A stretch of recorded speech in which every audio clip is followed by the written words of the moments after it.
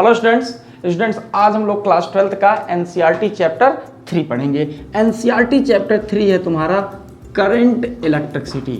ध्यान से समझना, करंट इलेक्ट्रिसिटी में आपको क्या क्या पढ़ना है। देखो, इस चैप्टर में तुम्हें करंट के बारे में पढ़ना है, फिर आगे drift velocity, time of relaxation, mean free path, Ohm's law, Kirchhoff's law, ऐसे बहुत सारे टॉपिक है जो यहाँ पर आप लोगों को डिस्कस करना है। ठीक है, तो उसमें जो सबसे पहला टॉपिक है वो हम लोग डिस्कस करने जा रहे हैं और फर्स्ट टॉपिक है तुम्हारा करंट। तो करंट क्या होता है पहले हमें ये समझना होगा। इसकी डिफिनीशन होती है rate of flow of charge. देखो, जो rate of flow of charge है इसी को हम लोग क्या कहते हैं, करंट कहते हैं। चार्ज का फ्लो होना और उसका जो रेट होता है चार्ज फ्लो होने का, वही क्या होता है, इलेक्ट्रिक करंट होता है। दूसरी चीज समझना, यहाँ पे देखो दो तरह की बातें हैं। सबसे पहली बात होती है कि जो करंट है, एक तो करंट एवरेज करंट भी हम लोग कैलकुलेट करते हैं और एक दूसरा होता है जिसे हम लोग इंस्टेंटेनियस करंट भी बोलते हैं। समझ लो। तो देखो, अगर मान लो एक स्टेटमेंट हम लिख रहे हैं कि इफ क्यू चार्ज, जरा समझना यहां से, if Q charge flow in time t, तो मान लो अगर q चार्ज है जो t टाइम में फ्लो कर रहा है, तो यहां से देखोगे जो करंट की वैल्यू होगी I, ये तुम्हारी कितनी होगी, q अपॉन t होगी। देखो, ये जो करंट आया यहां पे, इसी को हम लोग क्या कहते हैं, एवरेज करंट बोलते हैं। समझ लो।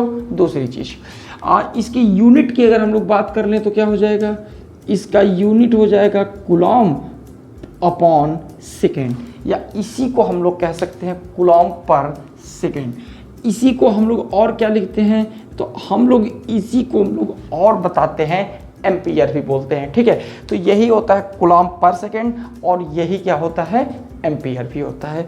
तो इतनी बात तुम लोगों को समझ में आ गई होगी। देखो, यहां से जो करंट जो भी आएगा वो एक एवरेज वैल्यू होगी करंट की, ये ध्यान रखना। ठीक है। दूसरी चीज, वैसे भी ये फॉर्मूला तुम लोग क्लास 10th में तो पढ़े ही हो। हाँ, याद नहीं होगा वो अलग बात है, लेकिन पढ़े तो हो ही। दूसरी चीज, अब अगर मान लो कहीं पे कोई कहे कि करंट की जो है इंस्टेंटेनियस वैल्यू, बहुत सारे जगहों पे पूछ देता है कि इंस्टेंटेनियस करंट कितना होगा, तो जरा ये समझ लेना। इंस्टेंटेनियस करंट की जो वैल्यू होती है वो होती है dq अपॉन dt। ठीक है, differentiation with respect to time of charge. तो rate of flow of charge था, तो जो आपका इंस्टेंटेनियस करंट आएगा वो आएगा dq अपॉन dt। अब जरा सा इस पे एक छोटा सा क्वेश्चन करते हैं हम लोग कि जैसे मान लो कहीं लिखा हुआ है कि if charge q is equals to 2t square plus 4t plus 8, then calculate current at t is equals to 1 second। जरा मेरी बात समझना, अगर मान लो कहीं पर दिया हुआ है कि चार्ज की जो वैल्यू है वो है तुम्हारा 2t square plus 4t plus 8 है, तो आपको किसकी वैल्यू निकालनी है, करंट की वैल्यू निकालनी है। देखो, जाहिर सी बात है एक पर्टिकुलर टाइम पे पूछ रहा है, तो करंट की कौन सी वैल्यू पूछ रहा है, इंस्टेंटेनियस वैल्यू पूछ रहा है। और वैसे भी जब चार्ज यहाँ टी के फंक्शन में दिया हुआ है तो डेफिनेटली आपको इसी फॉर्मूले से जाना होगा। और फॉर्मूला क्या है, ये है तुम्हारा dq अपॉन dt। आगे क्या लिख सकते हो, dt of 2t square plus 4t plus 8। Finally अगर सॉल्व करोगे तो ये हो जाएगा तुम्हारे पास 4t प्लस 4। तो ये आ गया आपके पास, किसकी वैल्यू आ गई, करंट की वैल्यू आ गई। अब चूंकि यहाँ पे टाइम भी दिया है, हमको t is equal to 1 second पे निकालना है, तो करंट यहाँ पे t को 1 रखोगे तो 4 इंटू 1 प्लस 4 एंड फाइनली एक कितना हो जाएगा, 8 एम्पियर हो जाएगा। तो यहां से इंस्टेंटेनियस वैल्यू ऑफ करंट निकला और वो कितना आया तुम्हारा, 8 एम्पियर आया। समझ रहे हो? तो ध्यान रखना करंट का जो इंस्टेंटेनियस वैल्यू है वो कैसे निकलता है, dq/dt से निकलता है। आगे जरा समझिएगा। अगर हम लोग एक दूसरा क्वेश्चन और यहां से आता है, जरा मैं थोड़ा सा तुम्हें समझा दूं इस बात को। देखो कई बार ऐसा भी क्वेश्चन आपको यहां पर दिया होगा कि एक ग्राफिकल रिप्रेजेंटेशन यहां पे आपको दे सकता है, एक ग्राफ से संबंधित चीजें आपको दे सकता है। ग्राफ किसका होगा, ध्यान रखना, आपसे दे सकता है टाइम वर्सेस करंट का ग्राफ आपको दे सकता है। तो ग्राफ कौन सा दे सकता है, आपको दे सकता है graph time versus current graph. अगर इस तरह का ग्राफ अगर आपको दिया हुआ है, आपको निकालना क्या है, आपको निकालना है चार्ज। तो बस मैं जो कह रहा हूं जरा उस बात को समझ लेना कि इस ग्राफ में जो चार्ज की वैल्यू होगी, इस ग्राफ में जो चार्ज की वैल्यू होगी, ध्यान से समझना वो कैसे निकलेगा। जैसे ये मान लो ग्राफ है तुम्हारे पास, ग्राफ किसी भी शेप का दिया होगा, मान लो ये ग्राफ दिया है, तो ये जो ग्राफ होगा ये होगा एरिया अंडर कर्व, या जो भी ये आईटी करो लिख लो चाहो तो, करेंट टाइम कर्व। तो area under curve with time axis. मैं क्या कह रहा हूं जरा उस बात को समझो। मैं बस ये कह रहा हूं कि अगर ग्राफ इस तरह का दिया है और आपसे क्या पूछा जा रहा है, आपसे अगर ये पूछा जा रहा है कि आप में ये बताइए कि चार्ज कितना फ्लो करेगा, तो चार्ज हमेशा किसके इक्वल होता है, करंट इनटू टाइम। और याद रखिएगा, मैं बहुत पहले बात बता चुका हूं, कई लेक्चरों में डिस्कस किया हूं कि जो किसी भी ग्राफ में, मान लो अगर तुम्हारे पास ये कोई भी x वर्सेस y का ग्राफ है, तो किसी भी ग्राफ में दो टर्म होता है। एक होता है स्लोप जो कि tan थीटा से निकलता, ऑलरेडी तुम लोग जान रहे हो, और जो दूसरा टर्म होता है वो होता है एरिया। बता चुका हूं मैं आपको कि स्लोप किसको रिप्रेजेंट करता है, y अपॉन x को रिप्रेजेंट करता है। एरिया किसको रिप्रेजेंट करता है, तो y इंटू एक्स को रिप्रेजेंट करता है। समझ रहे हो? अब देखो यहाँ पे करंट है और टाइम है, तो अब y इंटू एक्स का क्या मतलब हुआ, करंट इंटू टाइम हुआ। और फॉर्मूला तो लोग पढ़े हो कि जो करंट इंटू टाइम होता है वो क्या प्रोवाइड करता है, वो आपको प्रोवाइड करता है चार्ज। तो जो चार्ज हो गया वो एरिया अंडर करो तो टाइम एक्सिस, ये ध्यान रखना विथ टाइम एक्सिस होना चाहिए। इतनी बात समझ लो तुम लोग, ठीक है। अब जैसे मान लो एक छोटा सा क्वेश्चन तुम्हारे पास दिया हुआ है, ये समझ गए होगे तुम लोग, हमें जहां तक मैं आशा कर रहा हूं, ठीक है। चलो अब जैसे एक क्वेश्चन यहां पर आपको दिया हुआ है,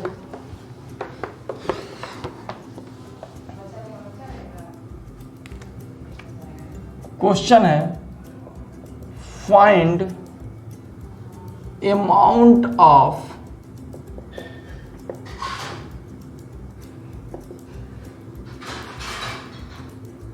फ्लोइंग चार्ज।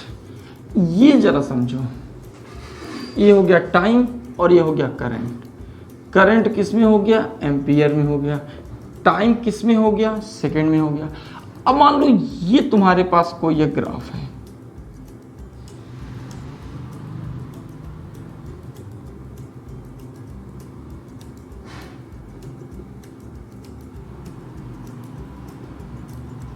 अब जरा समझ लो। अब इस ग्राफ से आपको ये निकालना है कि कितना अमाउंट ऑफ चार्ज क्या कर रहा है, फ्लो कर रहा है। ग्राफ किसके बीच में दिया, करंट वर्सेस टाइम का। तो जो चार्ज होगा वो कैसे निकलेगा, चार्ज तो क्यू होगा, ये निकलेगा कैसे, एरिया से। और एरिया कौन सा, ये वाला एरिया, समझ रहे हो। अब यह एरिया तुम कैसे निकाल सकते हो, देखो ध्यान समझना, ये क्या है, एक रेक्टेंगल प्लस ट्रायंगल।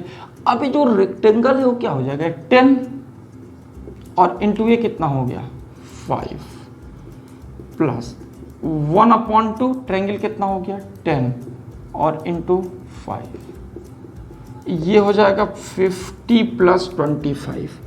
तो यहां से तुम्हारे पास कितना आ गया, ये आ गया 75 एम्पियर सेकंड बेसिकली होगा, जिसको हम लोग क्या लिख सकते हैं, कूलॉम लिख सकते हैं।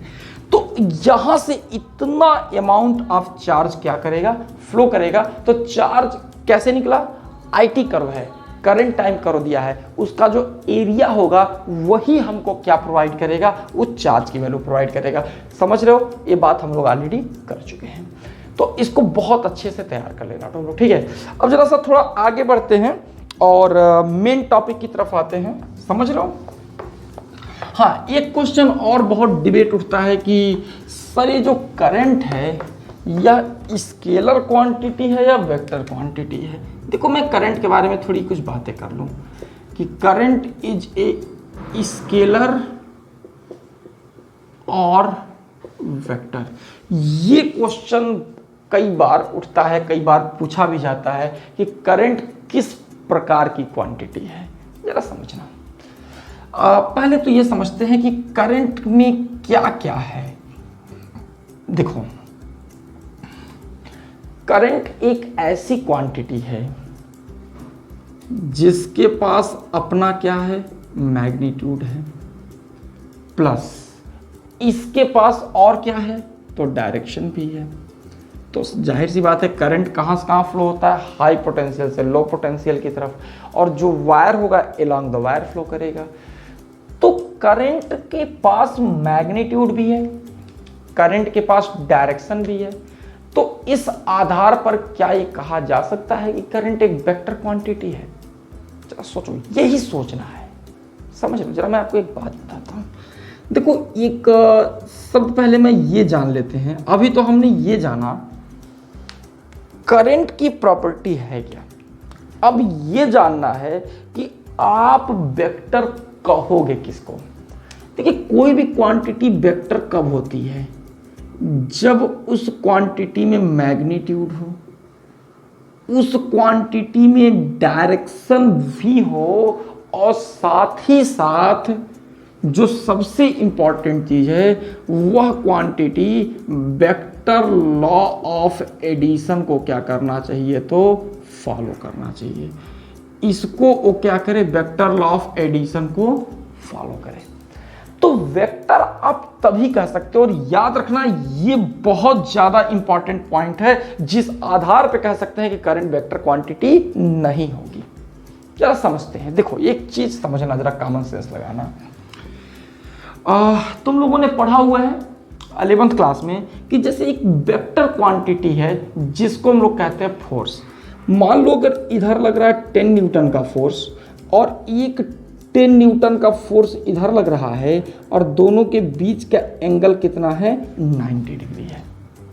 अब तुम लोगों ने पैरेललोग्राम लॉ पढ़ा हुआ है कि आप देखेंगे कि इनका जो रिजल्टेंट आएगा वो 10√2 न्यूटन आएगा।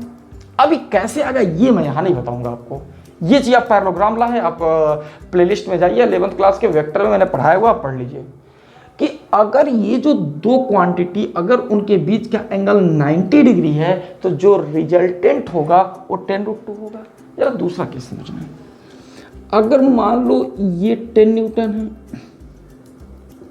ये भी 10 न्यूटन है, और बीच का एंगल अगर 60 डिग्री है, 60 डिग्री का एंगल हो गया। जरा समझना, यहां पे एंगल 90 है, ये तुम डायग्राम पे मत जाओ, मैं बना दिया हूं, बस समझ लो। अब अगर इनके बीच का एंगल 60 डिग्री, ध्यान समझो, तो फिर इनका जो रिजल्टेंट होगा वो 10√3 न्यूटन आ जाएगा। भाई ऑलरेडी आप पढ़े हैं ना, आप पढ़ के बताइए ना, पैरेललोग्राम लगाइए यहाँ पे, तो आप ये तो बता ही सकते हैं मुझे, ठीक है। देखिए, जब वो 90 डिग्री पे है तो रिजल्टेंट 10√2 है, और जब 60 डिग्री, मतलब क्या हुआ, मैंने बीच का जो एंगल है वो चेंज किया है, मतलब दोनों वेक्टर के डायरेक्शन को बदला गया है, दोनों वेक्टर के बीच के एंगल को जब बदला गया है तो रिजल्टेंट 10√3 हो गया। ये कौन सी क्वांटिटी है, तो ये जो रही बात, ये किस प्रकार के क्वांटिटी की है, ये वेक्टर क्वांटिटी की बात हो रही है। जरा दूसरी चीज समझिएगा। अब अगर मान लो यहां से, ध्यान समझना, जैसे मैं एक एग्जांपल दे रहा हूं, मान लो इधर से 10 एम्पियर करंट गया, इधर से भी मान लो 10 एम्पियर गया, अब बीच का एंगल अगर 90 डिग्री है तो इधर कितना जाएगा, 20 एम्पियर जाएगा। जाहिर सी बात है, अभी आगे पढ़ाएंगे भी हम आपको किरचॉफ्स लॉ कि यहां पे जो टोटल करंट जितना आएगा उतना ही करंट यहां से जाएगा। भाई 10 इधर से 10 इधर से टोटल 20 हो गया। जरा दूसरा केस समझो। अब अगर मान लो हम कहें कि यहाँ से भी 10 आया, यहाँ से भी 10 आया और बीच का एंगल 60 डिग्री है, अब बताओ वहाँ से कितना करंट जाएगा। ध्यान देना, अगेन 20 एम्पियर का करंट ही वहाँ से पास करेगा। जरा प्रश्न समझो, हमारा प्रश्न क्या है? प्रश्न ये है कि यहां पर जब आप दोनों के बीच का एंगल चेंज कर रहे थे, जो दोनों करंट है, समझिएगा, तो उनका जो रिजल्ट है ना, जैसे 10-10 आया 20 हो गया, यहां पे भी 10-10 आया 20 हो गया, उसमें कोई परिवर्तन नहीं आ रहा है। इसका मतलब कहा जा सकता है कि वह इनके बीच के एंगल पर डिपेंड नहीं करता है। समझ गए? लेकिन यहां पर देखो ना, बीच का एंगल बदला, 90 से 60 हुआ, आपका रिजल्टेंट बदल गया। क्या मतलब है? देखो, यही जो लॉ है ना, इसी को बोलते हैं वेक्टर लॉ ऑफ एडिशन। कि जो वेक्टर लॉ ऑफ एडिशन वो बीच के एंगल पर भी क्या करता है? डिपेंड करता है। और यहां वो नहीं कर रहा है, इसका मतलब कहा जाएगा कि जो करंट है वो वेक्टर लॉ ऑफ एडिशन को फॉलो नहीं कर रहा, वो इस लॉ को नहीं फॉलो कर रहा, वो डायरेक्ट इसको फॉलो कर रहा है, मतलब वो वेक्टर लॉ ऑफ एडिशन को फॉलो नहीं कर रहा। तो इस आधार पे एक निर्णय लिया गया कि जो करंट है हम उसको किस में रखते हैं? स्केलर क्वांटिटी में रखते हैं। तो अगर कोई पूछे कि करंट कौन सी क्वांटिटी है, तो आप सीधे बताएंगे कि भैया जो करंट है यह मैग्नीट्यूड और डायरेक्शन दोनों है, बट इसके बावजूद जो कौन सी क्वांटिटी हो गई? ये स्केलर क्वांटिटी हो गई। समझ गए? अगली बात समझो।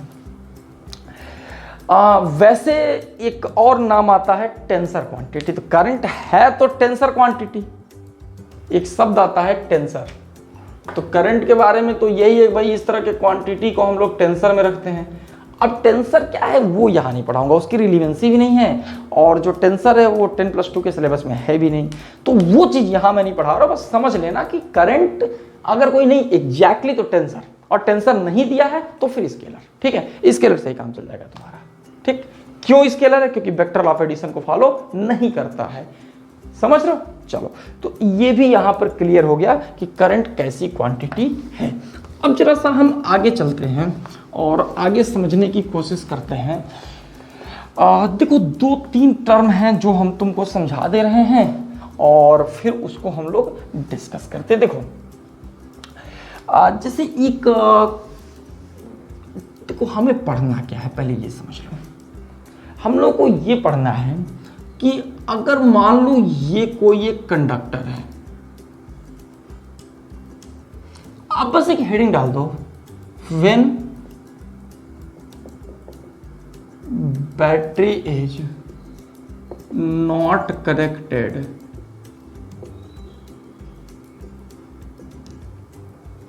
Across conductor. ये क्यों पढ़ रहा? तुम कहोगे सर ऐसे अचानक से हेडिंग। हाँ, इस हेडिंग को डाल दो, फिर इसमें कुछ बातें मैं आपको बताऊंगा, वो जानना बहुत जरूरी है। तो उस समय आपको ये समझना है कि जब किसी कोई कंडक्टर है, बैटरी नहीं जुड़ी है, ठीक है, हमारा क्वेश्चन यहाँ पे जरा समझना। क्वेश्चन ये है क्या? कंडक्टर। कंडक्टर कहते किसको हैं? कंडक्टर हम उसे कहते हैं जिनके पास फ्री इलेक्ट्रॉन्स क्या होते हैं? कम की ज्यादा? बहुत ज्यादा होते हैं। फ्री इलेक्ट्रॉन्स कौन से इलेक्ट्रॉन है? ये मोबाइल इलेक्ट्रॉन है। ये वे इलेक्ट्रॉन होते हैं जो पूरे सरफेस में बहुत ही आसानी से क्या कर सकते हैं? घूम सकते हैं। इस पूरे कंडक्टर में जो बहुत अच्छे तरीके से घूम सकते हैं, इन्हीं को हम लोग कहते हैं फ्री इलेक्ट्रॉन्स।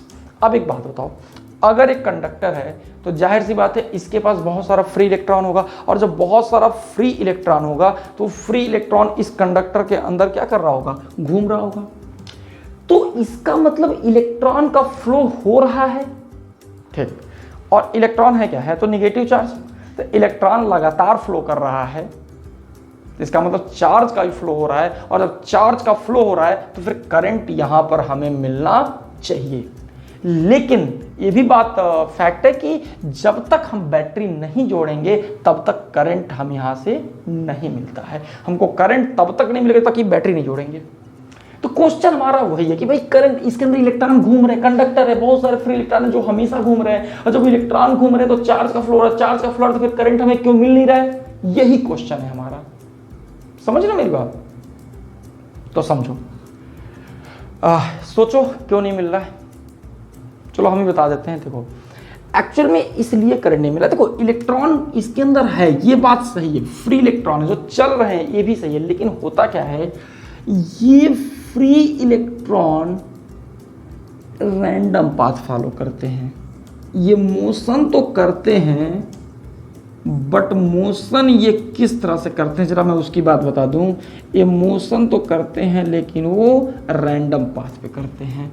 वो रैंडम पाथ का मतलब है कि वो जिग जैग मोशन करते हैं। जरा समझना इस बात को। बात ये है कि इलेक्ट्रॉन इसके अंदर मूव तो कर रहा है, लेकिन उसका जो पाथ है वो जिग-जैग है। क्यों जिग-जैग है? क्योंकि इलेक्ट्रॉन रास्ते में बहुत सारे और भी इलेक्ट्रॉन्स होंगे, न्यूक्लियस होंगे, उनसे क्या करेगा, ये कोलाइड करेगा, और कोलाइड करके ये इलेक्ट्रॉन ये इसी में लगातार रैंडम मोशन करेगा, और ये जिग-जैग मोशन करेगा। समझ रहे हो? जैसे ऐसे ऐसे ऐसे ऐसे इस तरह से। और जो जिग-जैग मोशन का इफेक्ट क्या हुआ कि इस इलेक्ट्रॉन की जो भी यहाँ पे फ्री इलेक्ट्रॉन है, इस इलेक्ट्रॉन की जो नेट वेलोसिटी होगी वो क्या हो जाएगी, वो हो जाएगी जीरो। तो क्यों नेट वेलोसिटी जीरो हो गया?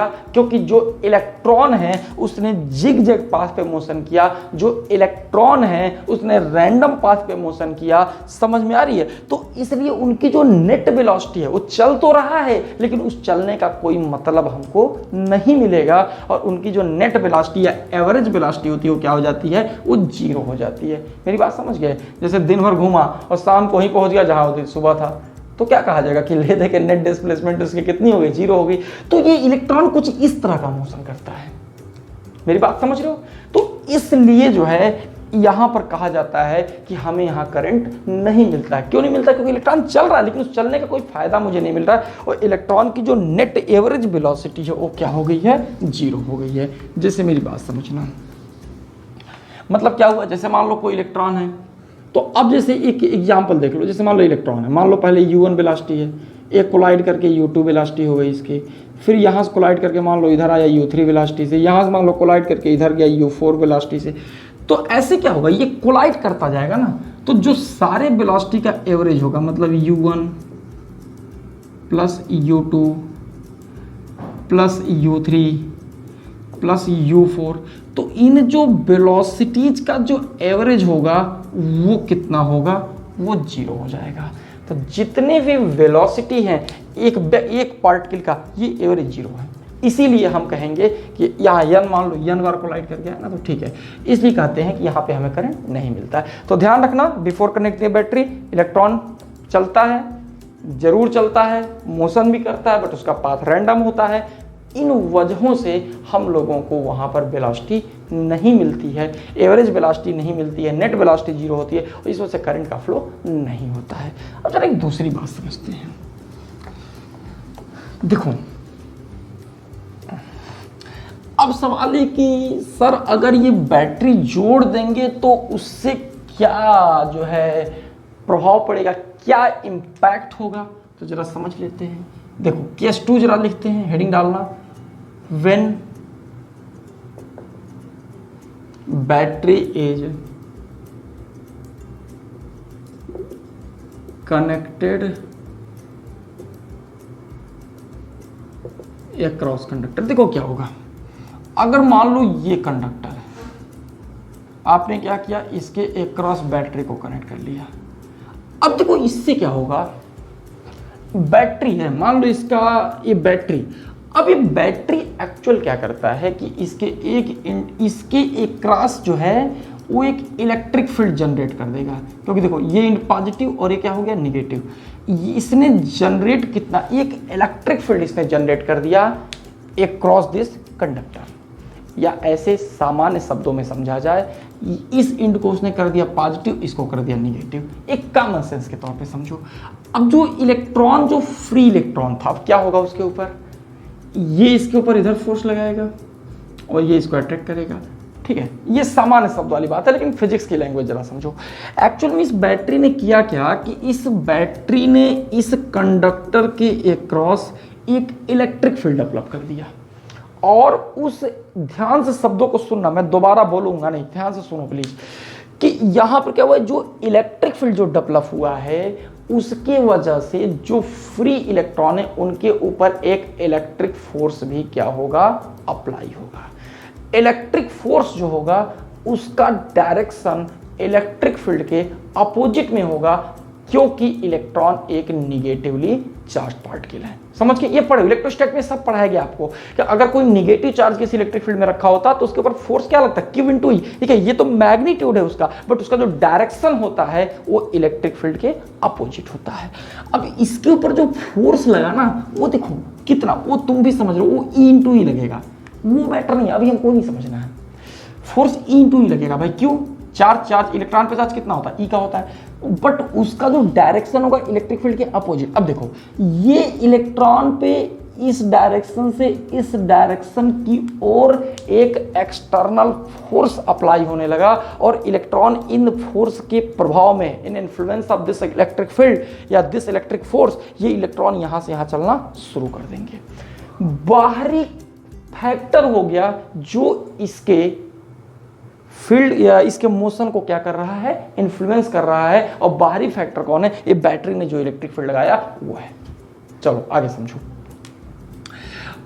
एक्चुअल में अब क्या होगा कि जो इलेक्ट्रॉन है, एक चीज, हाँ एक चीज और दिमाग में रखना, कंफ्यूज मत होना कि इलेक्ट्रॉन अब ऐसा नहीं कैसे स्ट्रेट लाइन पाथ फॉलो कर जाएगा, नहीं, अभी भी उसका पाथ रैंडम ही होगा, बट रैंडम से बाहर निकल के क्या होगा, वो धीरे धीरे आगे भी बढ़ेगा।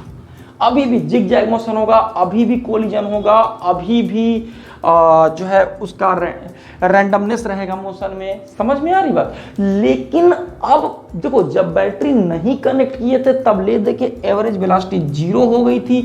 अब क्या होगा, कुछ ना कुछ इसके अंदर वेलोसिटी जरूर मिलेगी, थोड़ा सा सिस्टमैटिक पाथ तो हो ही जाएगा, कुछ ना कुछ सिस्टमैटिक हुआ इस इलेक्ट्रिक फील्ड के प्रभाव में, बाहर से लग रहा ना, वो उसको क्या कर रहा है, कंपेल कर रहा मोशन करने के लिए, आ रही समझ में, इस वजह से जो है उसका मोशन एक सिस्टमैटिक पैटर्न फॉलो करेगा, और ठीक है जिग जैग है, लेकिन धीरे धीरे ही सही आगे भी बढ़ेगा। मतलब क्या कहा जाए, इलेक्ट्रॉन के अंदर कुछ वेलोसिटी आ जाएगी, और इसी वेलोसिटी को नाम हम लोग क्या देते हैं, ड्रिफ्ट वेलोसिटी। क्या नाम देते हैं, ड्रिफ्ट वेलोसिटी। और इसको रिप्रेजेंट कैसे करते हैं हम लोग, वीटी से रिप्रेजेंट करते हैं।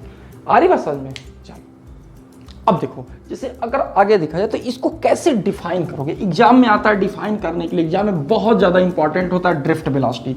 तो जरा सा दो तीन टर्म है, जरा हम उन्हें समझा दें, फिर आगे देखा जाएगा। सबसे पहला टर्म एग्जाम में आता है आपको एक्सप्लेन करने के लिए कि right what is the drift velocity and what is it's formula. देखो ये बहुत ज़्यादा इंपॉर्टेंट क्वेश्चन है हमारे बोर्ड के लिए, बात समझ लो क्या है। इसको हम एक समझा दे रहे हैं, आप इसको लिख लेंगे लैंग्वेज में, ठीक है। चलो क्वेश्चन ये ऐसे होता है कि when battery is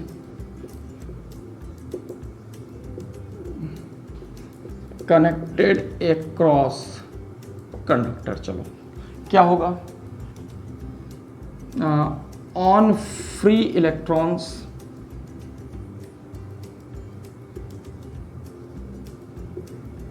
electric force act. ठीक है, समझ आ रही बात कि बैटरी के क्रॉस जो आपने क्या किया, आपने बैटरी कनेक्ट कर दिया, तो जो फ्री इलेक्ट्रॉन्स हैं उसके ऊपर क्या लगेगा, इलेक्ट्रिक फोर्स लगेगा। क्यों लगेगा, क्योंकि उस बैटरी ने इलेक्ट्रिक फील्ड जनरेट किया था, और उसके अपोजिट साइड में ई टू ई लगेगा। अब देखो, देखिए electron will move with some certain speed. Path मैं फिर बोल रहा हूं, उनका जो स्पीड होगा वो बहुत रैंडम ही रहेगा, मतलब पाथ उनका रैंडम ही रहेगा, लेकिन कुछ न कुछ उनकी स्पीड आ जाएगी विथ सम सर्टेन स्पीड। ये ऑलमोस्ट 10⁻⁻4 मीटर पर सेकेंड के नियर अबाउट होता है, ठीक है, बहुत कम होता है। ठीक, तीसरी बात, दिस स्पीड या दिस वेलोसिटी, दोनों शब्द एक ही है, इज कॉल्ड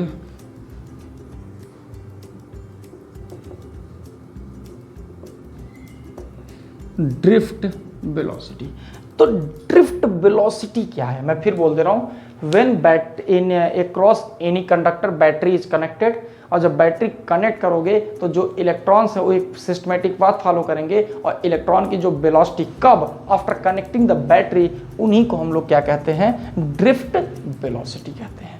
समझ गए? अब जरा एक और चीज समझना, यहां पे एक टर्म और होता है, जरा हम वो भी समझाते हैं। Time taken by free electrons between two successive collision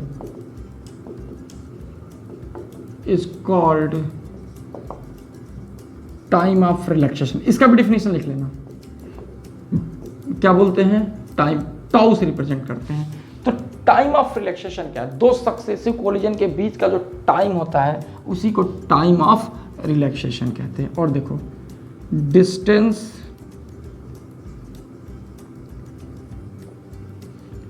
covered by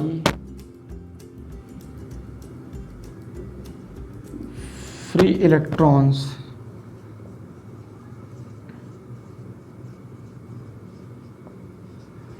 between two successive collision is called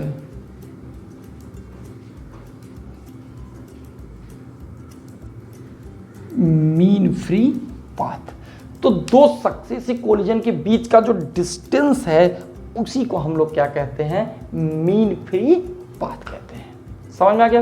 ये 3 टर्म याद रख लेना, ठीक है। चलो, इसमें से अब हमको थोड़ा सा एक और चीज समझाना था मुझे, जरा सा इसे आप लोग लिख लो, स्क्रीनशॉट ले लो।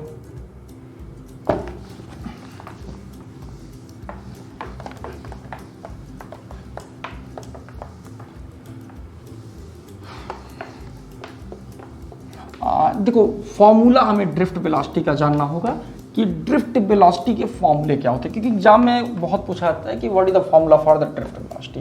देखो, ऐसा होता है, फॉर्मूला आपने पढ़ा है, v इक्वल्स टू क्या पढ़ा होगा आपने, फर्स्ट इक्वेशन ऑफ मोशन क्या पढ़ा है, u + at। हम दो सक्सेसिव कोलिजन की बैच की बात कर रहे हैं, तो फाइनल वेलोसिटी क्या होती है, ड्रिफ्ट वेलोसिटी। अभी बताया भाई, after connecting the battery, basically हम यहाँ हेडिंग डालते हैं, हम लोग ड्रिफ्ट वेलोसिटी का फॉर्मूला निकाल रहे हैं।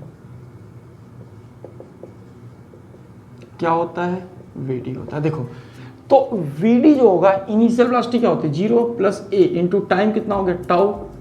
तो vd को क्या लिख सकते हो, देखो u समझ रहे हो ना, क्योंकि before connecting the battery average velocity क्या है, 0, बाद में वेलोसिटी क्या हो रही है, ड्रिफ्ट वेलोसिटी, क्योंकि इलेक्ट्रॉन उसी वेलोसिटी से आगे मूव कर रहा है।